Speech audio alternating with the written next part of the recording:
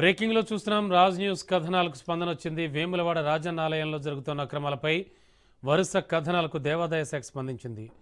ఆలయంలో అర్ధరాత్రి అంతర్గత బదిలీ చేస్తూ ఉత్తర్వులు జారీ చేసింది. ఈ బదిలీ చేయడంతో ఆలయ ఉద్యోగులు గందరగోళానికి గురయ్యారు. 17 మంది ఆలయ ఉద్యోగులను బదిలీ చేశారు ఈవో రమాదేవి. 2 ఏఈఓలు, 4 సూపరింటెండెంట్లు, 2 సీనియర్ అసిస్టెంట్లు, 7 జూనియర్ అసిస్టెంట్లు, 1 రికార్డ్ అసిస్టెంట్, మరొక అటెండర్ను అంతర్గతంగా బదిలీ చేశారు. బదిలైన ఉద్యోగులు వారి వారి స్థానాల్లో ఛార్జీలు తీసుకోవాలని, లేకపోతే క్రమశిక్షణ చర్యలు తీసుకుంటామని ఆలయ ఈవో రమాదేవి తెలిపారు. సెంట్రల్ గోదాం సూపరింటెండెంట్గా పనిచేసిన వెంకటప్రసాదరాజును బదిలీ చేసి అదే ప్లేసులో సంతోష్ను నియమించారు. 3 రోజుల్లో సంతోష్కు ఛార్జ్ ఇవ్వాలని వెంకటప్రసాదరాజును ఆదేశించారు ఆలయ ఈవో రమాదేవి. ఇదే అంశానికి సంబంధించి లేటెస్ట్ ఇన్ఫో అందించడానికి మా కరెస్పాండెంట్ రవీందర్ సిద్ధంగా ఉన్నారు. రవీందర్, ఏమిటి ఈ సెన్సేషన్? అంటే రాజ్ న్యూస్ వరుస కథనాలు ప్రసారం చేసింది, మొత్తానికైతే స్పందించారు, స్పందన వచ్చింది. Very good.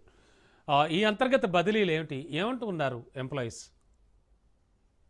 Yes Ramana, Raj News గత కొన్ని రోజుల నుంచి కూడా వేములవాడ రాజన్న ఆలయంలో ఒకవైపు అవకతవకలు జరుగుతున్నాయి. అధికారుల చేతివాటం కొట్టొచ్చినట్టుగా కనబడుతుంది. వచ్చిన అధికారులు మాత్రం అక్కడే శిక్ష చేస్తున్నారు. ఒక్కొక్కరికి 3-4 బాధ్యతలు అప్పచెప్పడంతో కూడా ఒకవైపు వాళ్ళు చేతులకు అందినంత దండుకుంటున్నారనే కోణంలో రాజ్ న్యూస్ గత కొన్ని రోజుల నుంచి అయితే ప్రసారం చేయడం జరిగింది. లైవ్ విజువల్స్ తో పాటు కూడా ప్రచారం చేయడంతో ఒకవైపు ఎండోమెంట్ కమిషనర్ సీరియస్ గా తీసుకోవడం జరిగింది.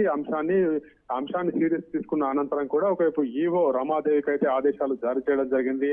అసలు టెంపుల్లో ఏం జరుగుతుంది, టెంపుల్లో ఉన్న అధికారులు అక్కడే ఉండడానికి గల కారణం ఏంటి, ఒకటే అధికారికి 3-4 బాధ్యతలు అప్పచెప్పడం ఏంటి, ఇటువంటి కార్యకలాపాలు ఎప్పటి నుంచి జరుగుతున్నాయనే కోణంలో కూడా సీరియస్ కావడం జరిగింది. అనంతరం నిన్న రాత్రే ఒకవైపు ఈవో రమాదేవి ఆ అధికారులను ఇంటర్నల్ గా అంటే అక్కడి నుంచి అక్కడికి బదిలీలు చేస్తున్నట్టుగా ఒకవైపు 17 మందిని అందులో నుంచి వేరే చోటు నుంచి వేరే చోటు అంటే అదే ఆలయానికి సంబంధించి బదిలీలు చేస్తున్నట్టుగా ఒకవైపు ఉత్తర్వులు అయితే జారీ చేయడం జరిగింది.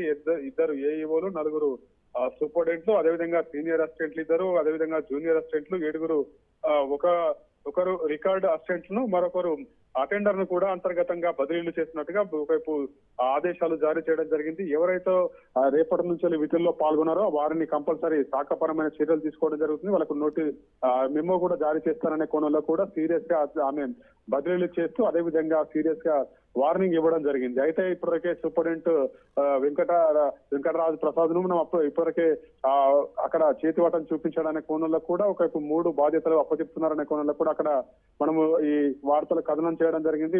విజువల్స్ తో పాటు కూడా వేయడం జరిగింది. అయితే అతన్ని ప్రత్యేకంగా ఒకవైపు ఏదైతే గోదాం ఉందో ఆ గోదాం నుంచి తీసివేసి అక్కడ ఉన్న సరుకులకు సంబంధించి మొత్తం వివరాలను అధికారులకు అందించిన అనంతరమే నువ్వు వేరే చోటుకు వెళ్ళడం జరుగుతుంది. అదే బద్దిపోచమ్మకు సంబంధించిన ఇప్పుడు సూపరింటెండెంట్ గా ఉన్నాడు కాబట్టి అక్కడే విధులు నిర్వహించుకోవాలి. గోడానికి సంబంధించి నువ్వు ఎటువంటి విధులు నిర్వహించొద్దు అనే కోణంలో కూడా దాంట్లో స్పష్టంగా చెప్పడం జరిగింది. ఆ సరుకులు ఏవైతే ఖాళీ అయ్యాయో ఆ ఖాళీ అయిన సరుకులను కంపల్సరీ వివరణ ఇవ్వాలి. దాంట్లో ఏమేమి ఖాళీ అయినా దాన్ని డీటెయిల్స్ ఇచ్చిన అనంతరమే నువ్వు అక్కడ పోయి బాధ్యతలు తీసుకోవాలనే కోణంలో కూడా వెంకటప్రసాద్ రాజు కూడా ఒకవైపు ఆదేశాలు జారీ చేయడం జరిగింది. అయితే రాజు న్యూస్ గత కొన్ని రోజుల నుంచి కథనాల మేరకై స్పందనైతే రావడం జరిగింది.